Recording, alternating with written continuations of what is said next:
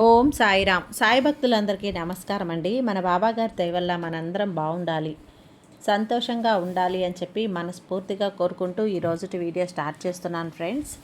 ఇక ఈరోజు వీడియోలో మనం చూడబోయేది ఏంటి అంటే, తల్లి ఇది కల కాదమ్మా, నిజం. ఈరోజు దుర్గమ్మ తన నోటి నుండి నీ పేరు వచ్చింది. నీ యొక్క కష్టాలన్నీ కూడా తీరి నీ జీవితంలో ఇకపై అన్నీ కూడా అదృష్టాలే అని చెప్పి ఒక సందేశంతో ఈరోజు మన ముందుకు వచ్చింది.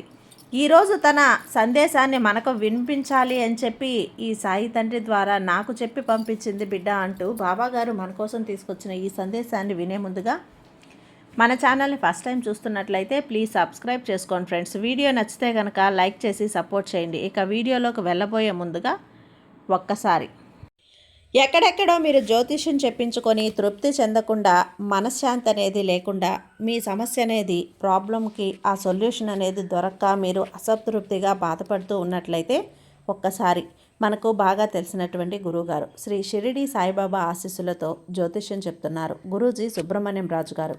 Contact number 9908224144. ఈ గురువుగారు నెంబర్ 1 వశీకరణ స్పెషలిస్ట్. మీ యొక్క ప్రతి సమస్యకి కూడా పరిష్కారం అనేది చూపిస్తారు. అన్ని విషయాలను కూడా ఫోన్లో స్వయంగా గురువుగారే మాట్లాడతారు. ప్రేమ, పెళ్లి, భార్యాభర్తల మధ్య సమస్యలు, స్త్రీ మరియు పురుషుల వశీకరణం చేయబడును. చెడు గృహ ప్రయోగాలకు నివారణ చేయబడును. మీ యొక్క ఎటువంటి సమస్యనైనా సరే ఫోన్లోనే 24 గంటల్లో పరిష్కారం అనేది చూపిస్తారు. కాబట్టి నమ్మకంతో గురువుగారిని కాంటాక్ట్ అవ్వండి. మీరు ఎక్కడెక్కడో జ్యోతిష్యం చెప్పించుకొని అసంతృప్తి చెంది ఉంటే ఈ గురువుగారి దగ్గర ఒక్కసారి ఫోన్ చేసి మీ సమస్యకు పరిష్కారం అనేది తెలుసుకున్న తర్వాత మీ మనసు ప్రశాంతంగా ఉంటుంది. కాబట్టి నమ్మకంతో కాల్ చేయండి గురువుగారికి. సుబ్రహ్మణ్యం రాజు గారు, నెంబర్ 1 వశీకరణ స్పెషలిస్ట్. Contact number 9908224144. ఇక వీడియోలోకి వచ్చేస్తే, తల్లి ప్రతి మనిషి జీవితంలో కూడా కష్టాలు, దుఃఖాలు, సంతోషాలు అన్నీ కూడా గట్టెక్కడానికి, సంతోషాల్లో అడుగుపెట్టడానికి, కష్టమైనటువంటి, ఆనందమైన, దుఃఖమైన, నష్టమైన ఎన్ని చుట్టుముట్టినా కూడా ఒక్కసారి ఆ దుర్గమ్మ తల్లిని ధ్యానించు. ఆ దుర్గమ్మ తల్లి దర్శనానికి వెళ్ళు. అలా దర్శించుకుంటే నీకున్న కష్టాలు, నష్టాలు అన్నీ కూడా తొలగిపోతాయని చెప్పి మన వెనకటి రోజుల్లో మన పెద్దవాళ్ళు చెప్తూ ఉంటే నమ్ముతూ ఉన్నాం కదా. ఈ మాటలో ఎంతైనా కానీ వాస్తవం అనేది దాగి ఉంది తల్లి. విజయవాడ కనక దుర్గమ్మ తల్లి ఏది కూడా అబద్ధమైతే ఉండదు కదా. ఆ అమ్మ చూపు మన మీద పడింది అంటే మనకున్న కష్టాలు, బాధలు అన్నీ కూడా తొలగిపోతాయి. ఆ తల్లి చూపు మన మీద పడలేదు కానీ మనకున్నటువంటి కష్టాలు, సమస్యలు చిటికలో దూరం చేయగలిగే సామర్థ్యం అనేది ఆ శక్తి, ఆ తల్లి ఆదిశక్తి, పరాశక్తి అయినటువంటి దుర్గమ్మ తల్లికి మాత్రమే ఉంది. కాబట్టి ఆ అమ్మవారిని నమ్ముకున్న వారు ఎవరూ కూడా కష్టాల పాలైనట్లు, నష్టాల పాలైనట్లు, దుఃఖాలలో ఉన్నటువంటి కొట్టుమిట్టాడుతున్నట్లుగా చరిత్రలోనే లేదు కదా బిడ్డ. ప్రతి మనిషి ఎన్నో కష్టాలను అనుభవిస్తూ ఉంటారు. ఎన్ని పూజలు చేసినా, ఎన్ని నోములు నోచినా, ఎన్ని దేవాలయాలు తిరిగినా కూడా, ఎన్ని ఉపవాసాలున్నా, ఎన్ని వ్రతాలు చేసినా కూడా ఆ యొక్క మనిషికి కష్టాలనేటివి కొంచెం కూడా తగ్గుముఖం పట్టినట్లుగా అనిపించవు. కారణం ఆ మనిషి కర్మఫలం అనేది పూర్తిగా ముగియలేదు అని చెప్పి అర్థం. ఆ కర్మఫలం ముగిసిపోయేలోపు చేసి త్వరగా జీవితంలో ఏవైతే బాధలు అనుభవించాలో ఆ బాధలన్నింటినీ కూడా మనం అనుభవించేయాలి. పూర్తిగా 100కి 100% కష్టాలు అనుభవించాలి అని రాసిపెట్టి ఉంటే గనక 100లో కనీసం 80% కష్టాలను, నొప్పిని భగవంతుడు తీసేసి ఇన్ని పూజలు, వ్రతాలు చేసి ఇంత కనీసం మంచి మనసు ఉన్నటువంటి మానవునికి కేవలం ఆ యొక్క కర్మ ఫలితం అనేది 20% మాత్రమే ఉంటుంది. అలా ఉండేలా ఆ దుర్గమ్మ తల్లి చేస్తుంది. అంతటి శక్తి ఆ దైవ పూజలో ఉంది. అలా చేసేటువంటి వ్రతాలలో దాగి ఉంటుంది. కాబట్టి ఎప్పుడూ కూడా మనిషి తెలుసో తెలియకో కష్టాలు, కర్మలు, అలాగే పాపాలు చేసి ఉండొచ్చు. కానీ తెలుసుకున్న తర్వాత ఆ కష్టాలను తెప్పించేటువంటి ఆ కర్మలు ఏవైతే ఉన్నాయో వాటి జోలికి వెళ్లకుండా ఆ మనిషి మంచి మనసుతో ఉంటే గనక చాలు. ఏ బాధలు కూడా తన దరి చేరకుండా ఉంటాయి. మనిషి యొక్క మానసిక స్థితి అనేది కల్లా కపటం లేకుండా ఉండాలి అమ్మా. అంటే ఒకరు సంతోషంగా ఉంటే ప్రశాంతంగా మనం చూడగలగాలి.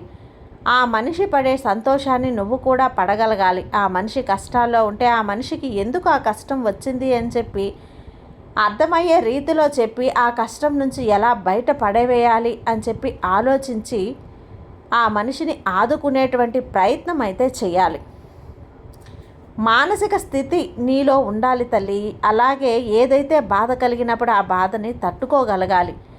మాటల రూపంలోనో ఎదుటి వ్యక్తికి ధైర్యాన్ని ఇచ్చే తెలివితేటలు అనేటివి నీలో ఉండాలి. అటువంటి మంచి మనసున్న మనిషికి భగవంతుడు ఎప్పుడూ కూడా అన్యాయం చెయ్యరు.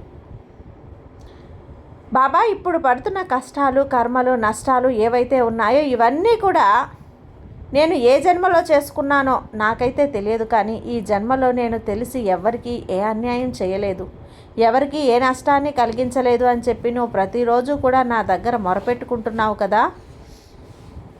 అయితే ఈరోజు నువ్వు ఏవైతే కష్టాలను, బాధలను అనుభవిస్తూ ఉన్నావో ఆ కష్టాలు, బాధలు అన్నీ కూడా తొలగించేయడానికి నేను సాక్షాత్తు ఆ ఆదిపరాశక్తి అయినటువంటి దుర్గమ్మ తల్లి నోటి నుంచే నీ పేరు వచ్చిందమ్మా. అయితే ఆ తల్లి వారిని త్వరలోనే దర్శించుకో. నువ్వు విజయవాడ కనకదుర్గమ్మ తల్లి కొండను ఎక్కబోతున్నావు. ఒకవేళ నువ్వు ఆ కొండను ఎక్కకపోయినా అమ్మవారి యొక్క దర్శనం నీ కలలోనైనా కానీ జరిగి తీరుతుంది. అయితే ఆ తల్లి యొక్క ప్రసాదం ఎవరో ఒకరి రూపంలో నీ ఇంటికైతే వచ్చి చేరుతుందమ్మా. ఎప్పుడైతే నువ్వు ఆ తల్లి యొక్క ప్రసాదాన్ని పవిత్రంగా భావించి ఈరోజు నువ్వు ఆ ప్రసాదాన్ని స్వీకరిస్తావో ఆ క్షణం నుంచి నీకున్నటువంటి కష్టాలు, సమస్యలు, అనారోగ్య సమస్యలు, బాధలు అన్నీ కూడా తొలగిపోయి నీ జీవితంలోకి అదృష్టం అనేది అడుగు పెడుతుంది. నువ్వు ఏదైతే కోరికలు కోరుకుంటూ ఉన్నావో ఆ కోరికలు అనేవన్నీ కూడా తీరుతాయి. నీకు ఇకపై అన్నీ మంచి రోజులే వస్తాయి. సాక్ష్యంగా ఆ దుర్గమ్మ తల్లి నోటి నుంచి నీ పేరు వచ్చింది కాబట్టి నువ్వు వీటన్నింటినీ కూడా వినగలుగుతున్నావు. ఈ వీడియో నీకంట పడగలిగింది. ఇకపై ఏమాత్రం బాధపడాల్సిన అవసరం లేదు. నీ యొక్క కష్టాలు, బాధలు, నష్టాలు, బరువు, బాధ్యత అన్నీ కూడా ఆ దుర్గమ్మ తల్లి ముందు వదిలిపెట్టు. సంతోషంగా ఉండేటువంటి ప్రయత్నం చేయి. అంతా మంచిగా జరుగుతుంది అని చెప్పి చెప్తున్నాను కదా. అయితే ఈరోజు దుర్గమ్మ తల్లి నా నోటి వెంట నీకు ఈ శుభవార్తనైతే తీసుకొచ్చిందమ్మా. ఈ శుభదినాన ఆ శుభవార్తను విన్న నువ్వు చాలా సంతోషంగా, ఆనందంగా ఉండాలి అనేదే ఈ తల్లి యొక్క కోరిక అని చెప్పి దుర్గమ్మ నాతో చెప్పి పంపించింది. నీ సాయి తండ్రితో చెప్పి పంపించింది బిడ్డ. కాబట్టి ఇకపైన ధైర్యంగా ఉండు. ఈ బాబా మీద నమ్మకంతో ఉండు. నీకంతా మంచిగా జరిగేలా ఈ సాయి తండ్రి నేను చూస్తాను కదా. ఆ దుర్గమ్మ తల్లి ఆశీస్సులతో, ఈ సాయి తండ్రి అనుగ్రహంతో నువ్వు ఎప్పుడూ కూడా సంతోషంగా ఉంటావు బిడ్డ. సర్వేజన సుఖినో భవంతు. జై సాయిరామ్.